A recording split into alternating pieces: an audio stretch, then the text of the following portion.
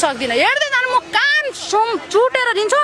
देश परिवर्तन होइन, अब देशमा झन् रणाको बसिन्छ। काट्छु परिवर्तन देशमा हेर्नु। बाले त त्यो चोर मोर त्यस्तै हुन् क्या। त्यो म के भन्छ नाम मेरो र्यापे काम मेरो ट्यापे भन्ने जस्तै त्यो हो त के हुन्छ के को सरकार न फर्कार म त्यही भन्छु। काम मेरो र्यापे नाम मेरो ट्यापे। हिजो नि सडकमा आज नि सडकमा भोलि नि सडकमा हुनुपर्छ भने के को परिवर्तन? यसलाई देश परिवर्तन अपेक्षाले बालन सरकार ल्याएको होइन भनेको भोट हालेर बालनले भन्छ के ओहो बालनले त सुदूर अब दूर नाइ भन्दाखेरि त मान्छेलाई सानो तिनो दूर नाइ भने के सुदूर कसरी दूर छैन? बाहिर हेर्दा सुन्दरतामा त दूर छैन हो। जाक्स नि बालन पुगोस् क्या त्यो ठाउँमा। बाजुराको अकटबीको ठाउँमा पुगोस्, जुम्ला हुम्लाको अकटबीको ठाउँमा पुगोस् नि, अनि थाहा पाउँछ आफै भोगोस् न। ओहो दूर रहन्छ मान्छे हेर्दा सुन्दरतामा हेर्दैमा एकचोटि पेलिनमा गएर हेर्दैमा सुन्दरता हुँदैन। त्यहाँको मान्छेको दुःख पीडा भोग्नु सबै हेर्नु पर्यो नि त।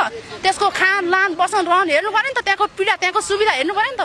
अनि हुन्छ मान्छे हाम्रो देशको मान्छेहरू कस्तो छ भने हाम्रो जनता नै भेडा छ एक नम्बरमा होइन। नेतालाई नि दोष दिनु हुन हामीहरू जनता नै भेडा छु क्या। जता खानु पायो त्यतै लुखुर हिँडिरहेको हुन्छ क्या।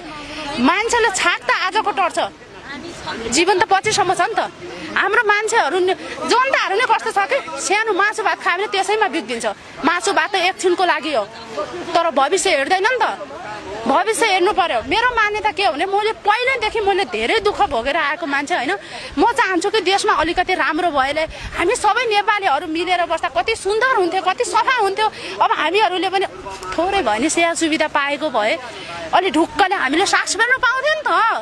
न सेवा छ न सुविधा छ न कुनै कानुन छ न नियम छ। यस्तो पनि सरकार भन्छ यहाँ? कुन सरकार? खै म त सरकारै छैन मेरो देशमा जस्तो लाग्छ मलाई। छैन सरकारै छैन मेरो हिसाबमा सरकारै छैन। सरकार छ भनेपछि मान्छे सडकमा आउनु भएन।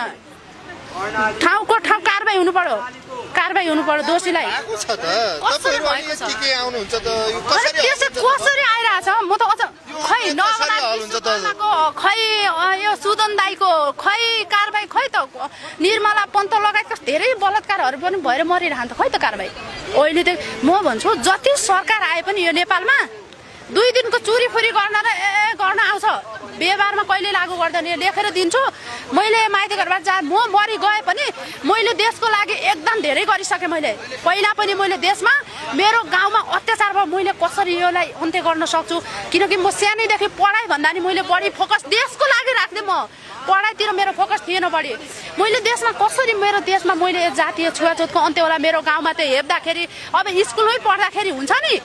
जब छेत्रीको छोराहरूले रोटी बोकेर ल्याउँछ नि स्कुलमा, ओहो यो मेसमा रोटी छ है नछो साथी भन्थ्यो क्या। छुन दिन्थेन।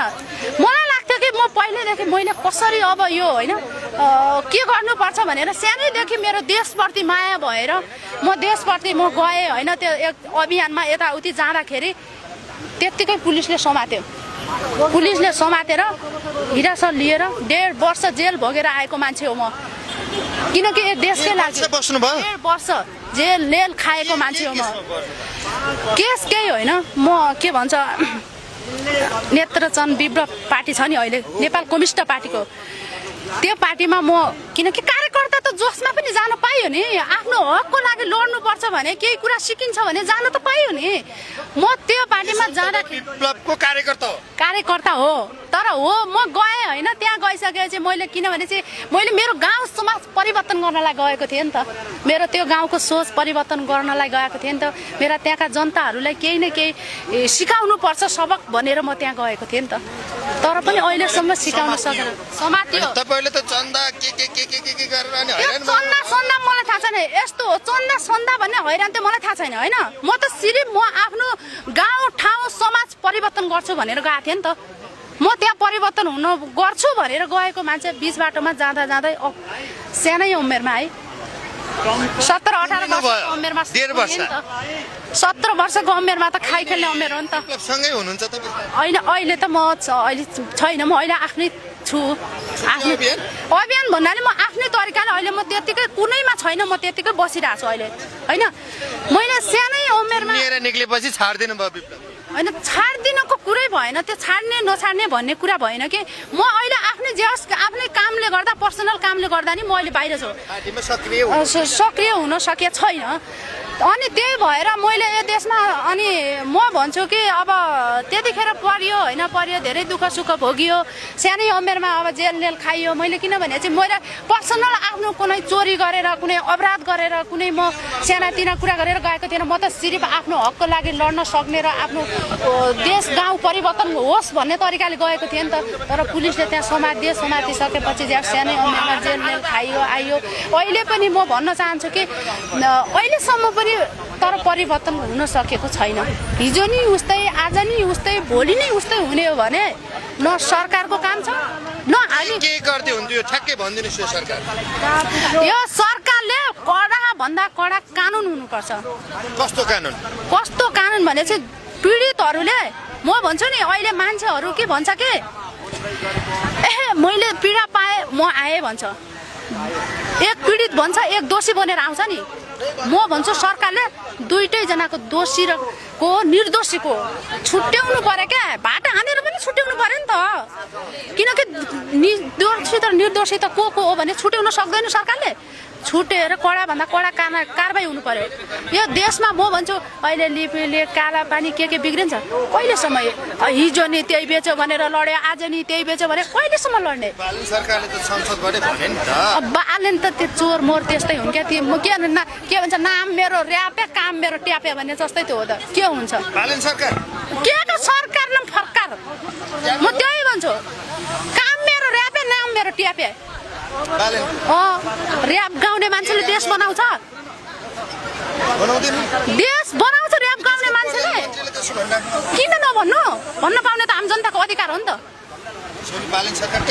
ट्यापे हो केही गर्न सक्दिनँ हेर्दै जानु म कान चुटेर दिन्छु देश परिवर्तन होइन अब देशमा झन् हराएको बसिन्छ काट्छु परिवर्तन देशमा हेर्नु